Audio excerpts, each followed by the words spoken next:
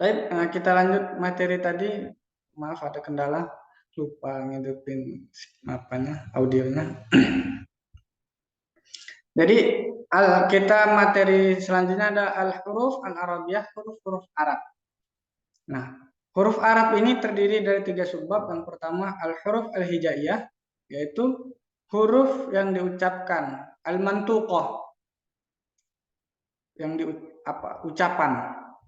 Al-huruf yang kedua al-huruf al-abjadiyah atau al-maktubah. Jadi huruf abjadiyah ini huruf yang tertulis. Kemudian yang ketiga halatul harfi al-arabiyah adalah alif. Kemudian bagaimana posisi huruf alif pada kaidah bahasa Arab.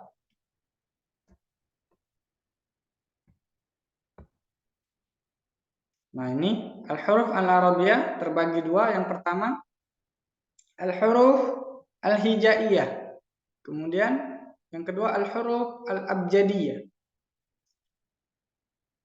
Apa itu bedanya al-huruf hijaiyah dengan huruf abjadiyah? Untuk detailnya, Ana nambahkan materi dari penjelasannya Ustadz Adi Hidayat, dan Ana dapat materi ini ketika waktu proses sebelum menyetorkan hafalan. Jadi kami dikasih materi-materi dulu, baru boleh menyetor. Nah, ada yang materinya itu berhubungan dengan huruf. Jadi beliau mengatakan sama seperti ini, huruf hijaiyah huruf Arab ada dua, abjad dan hijaiyah. Apa itu huruf hijaiyah? Apa itu huruf abjad? Secara bahasa, huruf hijaiyah adalah ejaan. Huruf abjadiyah adalah huruf yang tersusun dari a, ba, jadun dan seterusnya. Kemudian fungsi dari huruf abjadiyah adalah dia hanya digunakan untuk nominal. Contoh, nominal itu kayak kita buat karya ilmiah, ada judulnya itu A sebelum kalimat itu A, misalnya huruf Arab gitu kan. Baru judul kedua B, nah itulah yang digunakan pada huruf abjad, A, Ba, Jadun, seterusnya. Dan dia tidak digunakan untuk merangkai kata. Kemudian hijaiyah adalah setiap huruf yang digunakan untuk merangkai kata atau kalimat. Nah, kemudian kita masuk. Nah, ini penjelasan huruf hijaiyah beserta sejarah ringkas. Sejarah ringkas awal mula huruf hijaiyah ini disusun. Al-huruf al-hijaiyah al-arabiyah, huruf hijaiyah itu terdiri dari 29 huruf. Harfan rattabaha al-Imam Nasr ibn Asim al-Laythi. Jadi huruf-huruf yang 29 ini rattabaha disusun oleh Imam Nasr ibnu Asim al-Laythi yang wafat tuwfiya pada tahun 90 Hijriah. Bihasabi tasyabubiha, yang itu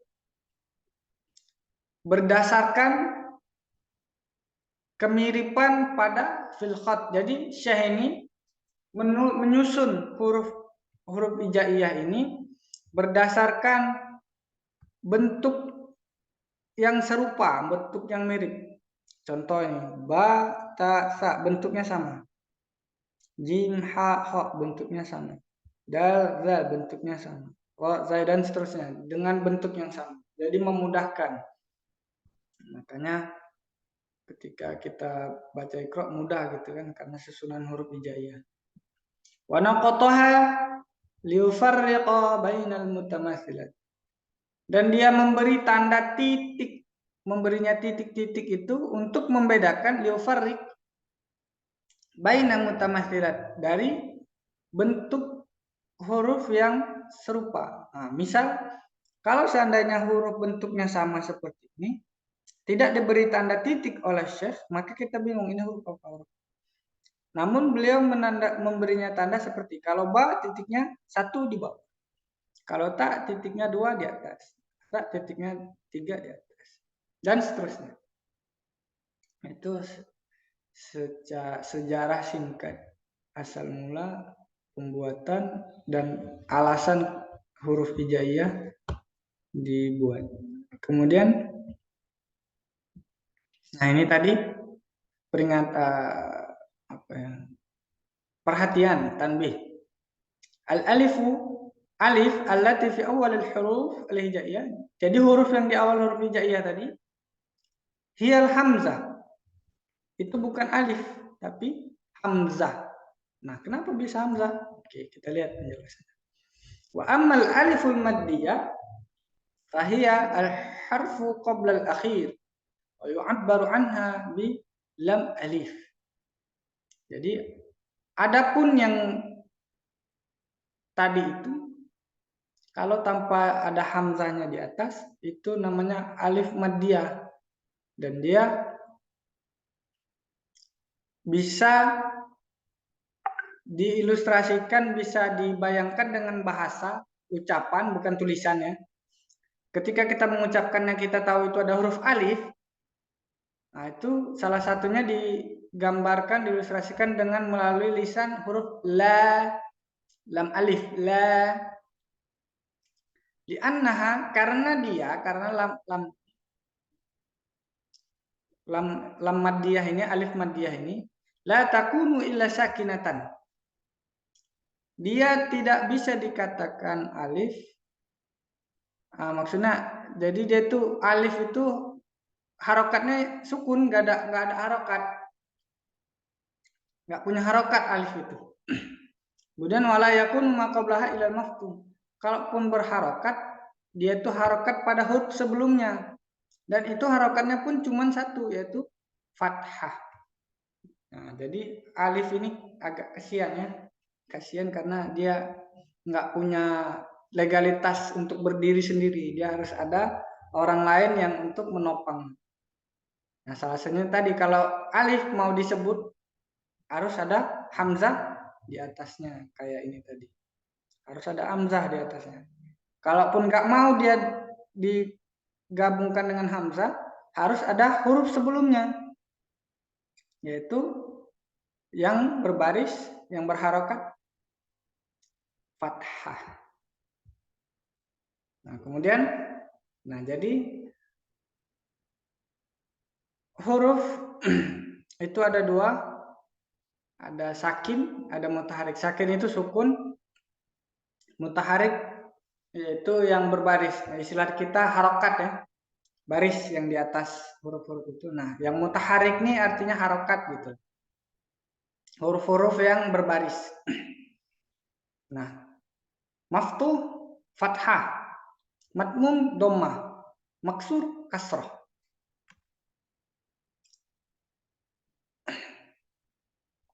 Ammal alifu, adapun alif, fala takunu illa sakinatan. Dia nggak ada harakat, cuman ada sukun. Nah, sukun ini terkadang di Al-Qur'an itu Anda juga belum tahu apa alasannya.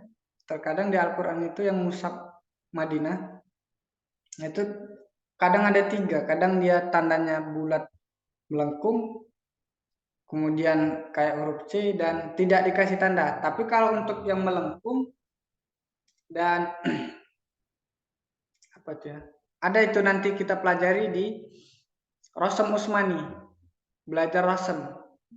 Karena apa asal mula tulisan Arab itu gimana awalnya sehingga sampai sekarang bentuk yang kita lihat. Wala yakunu ma qablaha illa maftuha. Dan dia itu akan dianggap ada ketika huruf sebelumnya itu fathah yang seperti yang Anda tadi.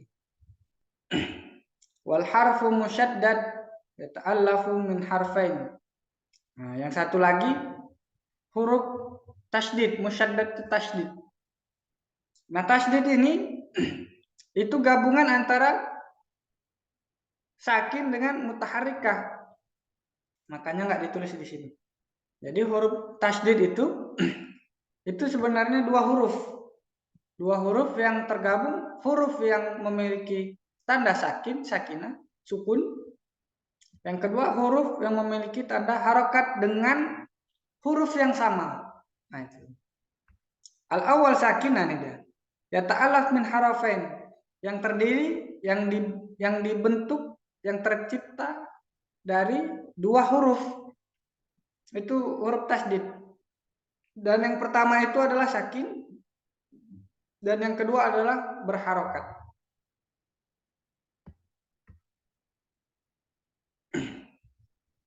Nah, mungkin agak dibahas sedikit. Nah, ini Anda masuki materi yang dijelaskan oleh Syekh Abdurrahman Monis.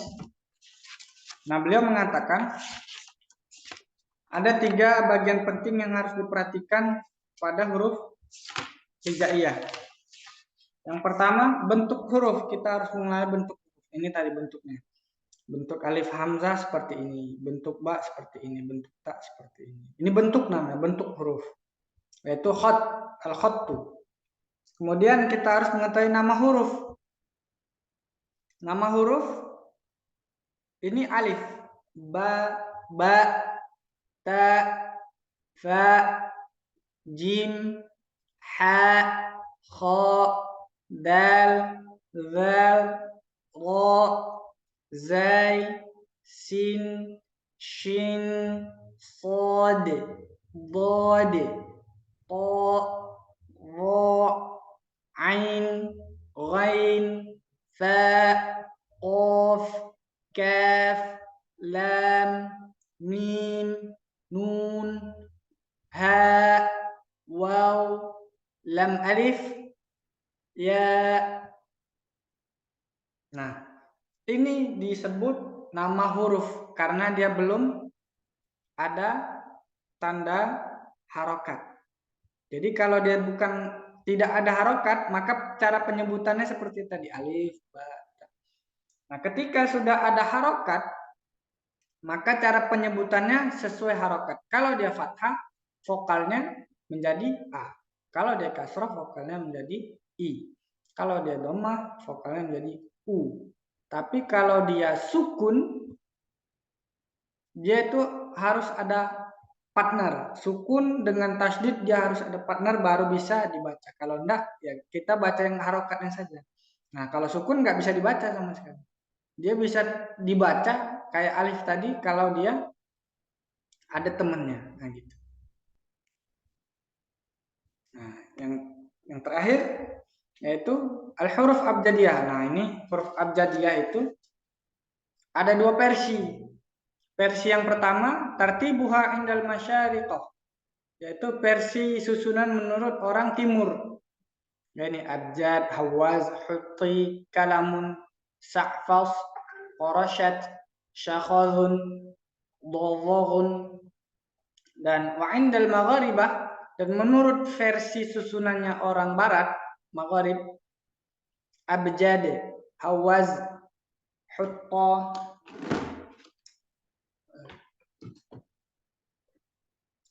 hutti, kalamun, sa'fal, qarasat, faghazun, takhazun, toghashun. Nah, ini menurut versi masing-masing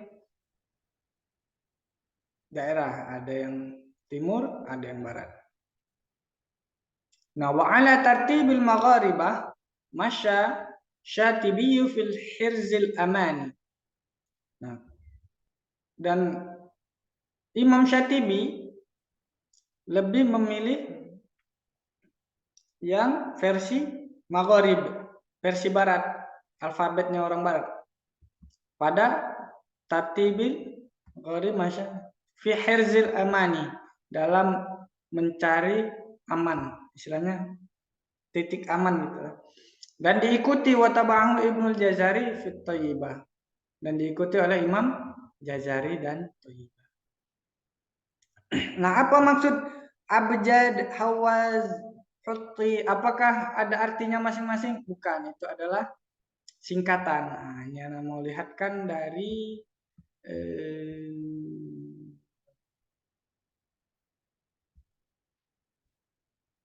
nah, ini. Nah, ini dia. Kelihatan saat-saat. Nah, ini yang tadi kita lihat tadi itu, yang dia tergabung dari huruf-huruf tadi ya. Yang ini. Abjad, Hawaz, itu bukan ini, tapi memang ada ininya masing-masing. Karena ciri ulama dahulu itu dalam menyusun ini dia menggabungkan kata-katanya, menggabungkan kata-katanya seperti ini. Nah, sebenarnya itu adalah susunan singkatan saja. Nah, susunan itu seperti ini. Abajadun, hawaza dibuat jadi hawaz, hataya menjadi huti, kemudian kalamana menjadi kalamun, sa'afasa menjadi sa'fal, dan seterusnya. Nah, kalau antara abjad Timur Tengah dengan abjad,